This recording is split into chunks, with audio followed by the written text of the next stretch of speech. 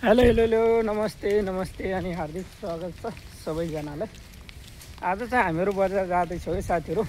र आज चाहिँ मलेसियामा पानी परेको छ र नेपालको साउन भदौ असार महिना जस्तो देखा परेको छ है साथीहरू। मलेसियातिर यहाँ देख्न सक्नुहुन्छ एकदम हरियाली कुहिरो लागेको छ। आकाशतिर कागहरू कर्किराखेका छन्। हामीहरू चाहिँ यतातिर छौँ।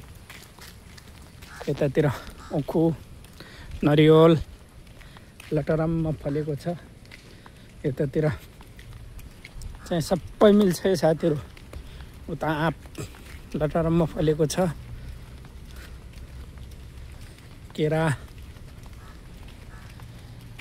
मलेसियामा एकदमै मौसम हावापानी राम्रो छ है साथीहरू। यहाँ देख्न सक्नुहुन्छ अहिले नेपालको पुस महिना हो। पुस लाग्यो अब आज 2 गते र यतातिर आँप लटरम्म फलेको छ। यहाँ देख्न सक्नुहुन्छ इमली सबै हुन्छ है साथीहरू। मलेसियामा सबै महिना 12 महिना नै हुने गर्दछ मलेसियामा सबै फलफुलहरू। तलबाट पाक्दै जान्छ माथिबाट फुल्दै, अनि माथिबाट पाक्यो भने चाहिँ तलबाट फुल्दै, यस्तो मौसम सधैँभरि एकै नाश हुने भएका कारणले पनि यस्तो भएको हो। र यतातिर धुपी सल्ला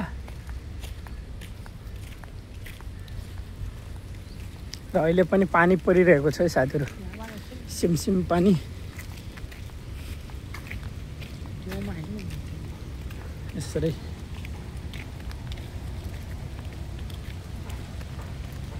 हामीहरू चाहिँ मार्केट जाँदैछौँ।